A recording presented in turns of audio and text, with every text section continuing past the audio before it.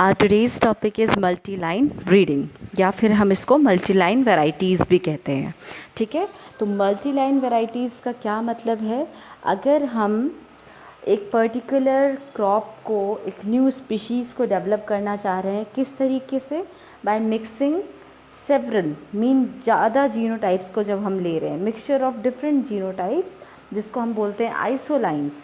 तो यहाँ पे हम आइसोलाइंस को लेकर एक न्यू वैरायटी डेवलप करते हैं। और आइसोलाइंस वो होता है जो कि मिक्सचर ऑफ जीनोटाइप से बनता है, तो वो डिफ़र होता है। और उस आइसोजीन जो होते हैं या फिर आइसोलाइन जिन्हें हम बोलते हैं, वो डिफ़र होते हैं सिर्फ एक सिंगल जीन के कारण।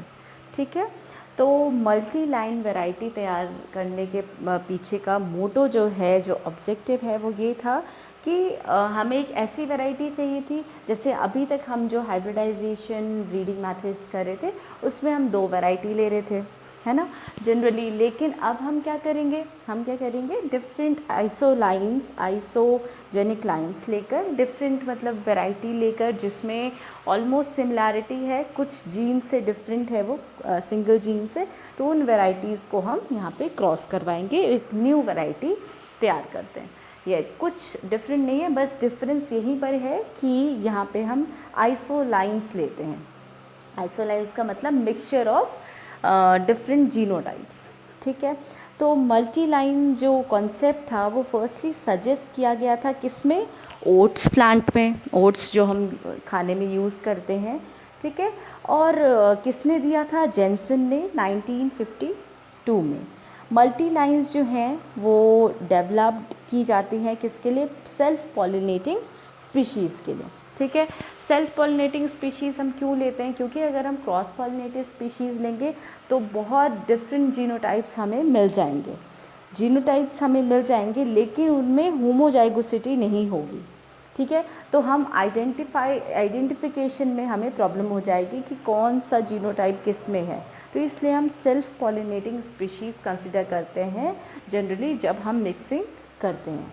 ठीक है, इन कल्टीवर्स में, जो कल्टीवर हम इसमें प्रोड्यूस कर रहे हैं, उसमें क्या होता है? स्पेशली डेवलप्ड जीनोटाइप होते हैं जिनका मिक्सचर होता है, जिसको हम बोलते हैं आइसोलाइंस। ठीक है, it is a mixture of specially developed genotypes called isolines, and they differ only in a single gene or a defined set of genes. So ये जो कल्टीवर हैं इनमें mixture of specially developed genotypes होते हैं जिनको हम आइसोलाइंस कहते हैं।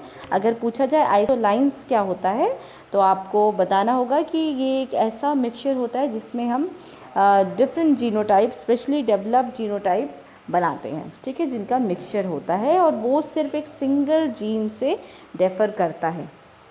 ठीक है, एक सिंगल जीन मतलब अगर एक एलील हम देखें तो capital A, small A, capital A, ठीक है, स्मॉल ए, तो इस तरीके से जो एलील का अरेंजमेंट होता है वो एक सिंगल एलील से डिफरेंट होता है। ठीक है, आइसोलाइंस जो हैं वो डेवलप्ड होती हैं प्राइमरीली डिजीज़ कंट्रोल के लिए, even though these cultivars could potentially be developed to address other environmental stresses.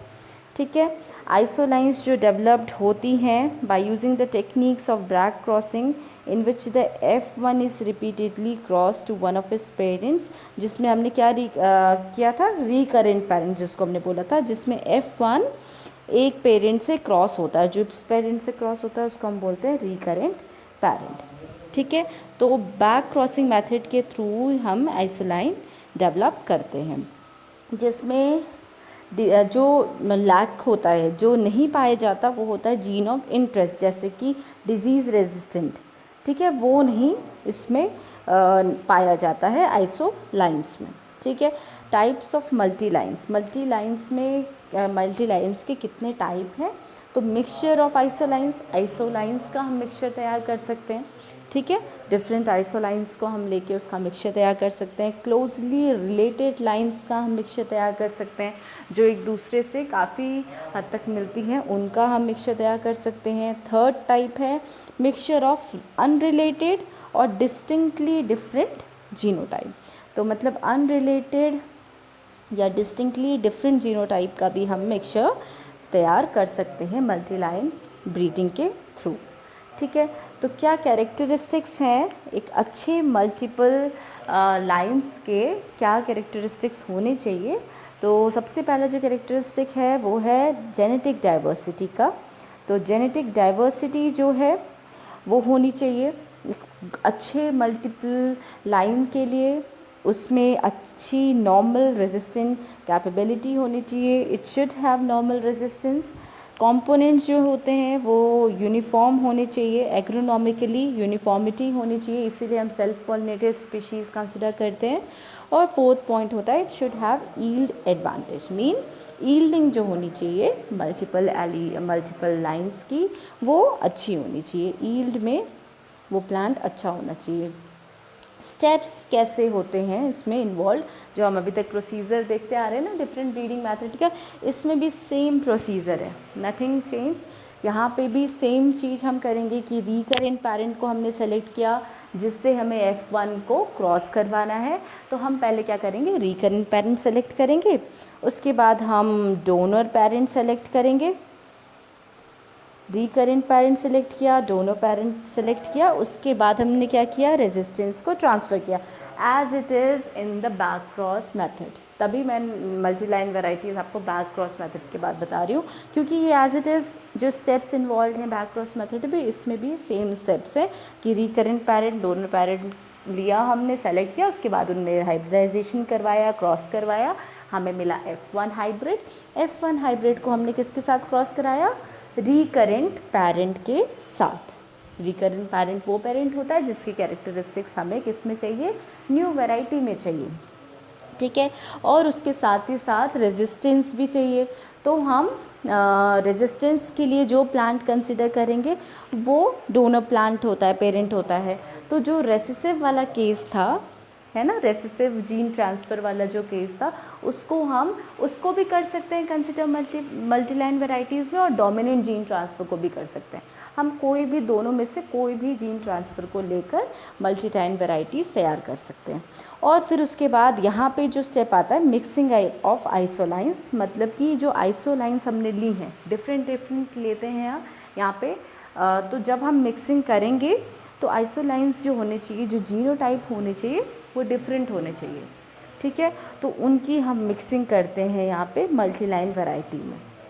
ठीक है, नहीं तो हम बैक क्रॉस, पेडिग्री, बल्क, उसमें आइसोलाइंस कोई टर्म नहीं आया था और उनकी मिक्सिंग नहीं थी। मल्टी लाइन वैराइटीज़ में यही एक डिफरेंट चीज़ है जहाँ पे हम मिक्सिंग ऑफ आइसोलाइंस भी करते हैं, मतलब वैरायटी जो हम न्यू बनाएंगे उसमें हम डिफरेंट लाइंस कंसिडर करते हैं।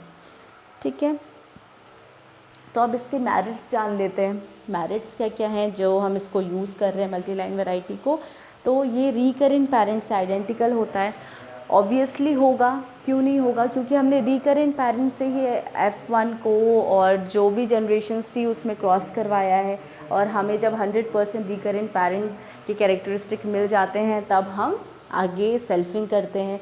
तो ऑलमोस्ट जो बैक क्रॉसिंग का मेरिट है वो यही है कि रिकरेंट पेरेंट से वो आइडेंटिकल होता है जो न्यू वैरायटी हम प्रिपेयर करते हैं।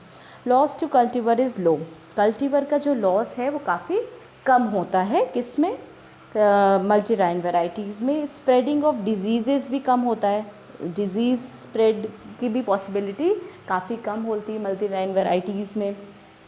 इसमें जो रिस्क है होमोजेनाइजिंग का, homogenising the pathogen population globally, ये एक जो रिस्क है पैथोजन पॉपुलेशन का जो ग्लोबली बढ़ जाता है उसको भी कम करता है। ठीक है, क्योंकि हमने एक ऐसा प्लांट डेवलप कराया है जो कि रेजिस्टेंट भी है, हाई यील्डिंग भी है, उसमें क्वालिटी जो है वो ज़्यादा है, तो वो जो रिस्क है पैथोजन पॉपुलेशन का वो भी कम हो जाता है, क्योंकि यहाँ पे डिजीज़ से ये रेजिस्टेंट है प्लांट, है ना, सेंसिटिव नहीं है, तो इस वजह से ये रिड्यूस होता है रिस्क पैथोजन पॉपुलेशन का। Stabilises and optimises production on farm, ये स्टेबलाइजिंग वैरायटी होता है और ये प्रोडक्शन जो है इसका अच्छे में होता है फार्मिंग के पॉइंट ऑफ व्यू से। तो ये एक मेरिट्स है। डीमेरिट्स भी होती हैं हर मेथड की, तो इसकी क्या है देखते हैं। Seed is to be replaced every few years, ये इसका डीमेरिट है। अब क्या है, सीड जो है, जो हम सीड्स लेते हैं, इनको क्या है, हर साल हमें रिप्लेस करना होता है। हम उसी सीड्स को, जैसे और जो मैथड्स हैं उसमें हम सीड्स को रिप्लेस कर सकते हैं, है ना, 2-3 साल तक रिप्लेस कर उनको यूज़ कर सकते हैं, बट इसमें हमें रिप्लेस करना पड़ेगा, ठीक है। और मेथड्स में हम यूज़ कर सकते थे, इस मेथड में हमें रिप्लेस मतलब हर साल बदलना पड़ेगा, चेंज करना पड़ेगा। We have to change the seeds every few years and the production and maintenance is time taking. Production or maintenance is time taking, as we know very well. The third point is it has to be regularly reconstituted and new lines have to be continuously developed. We have to develop, we have to reconstitute it regularly. The procedure we are following, the new lines we are developing, we have to do it continuously.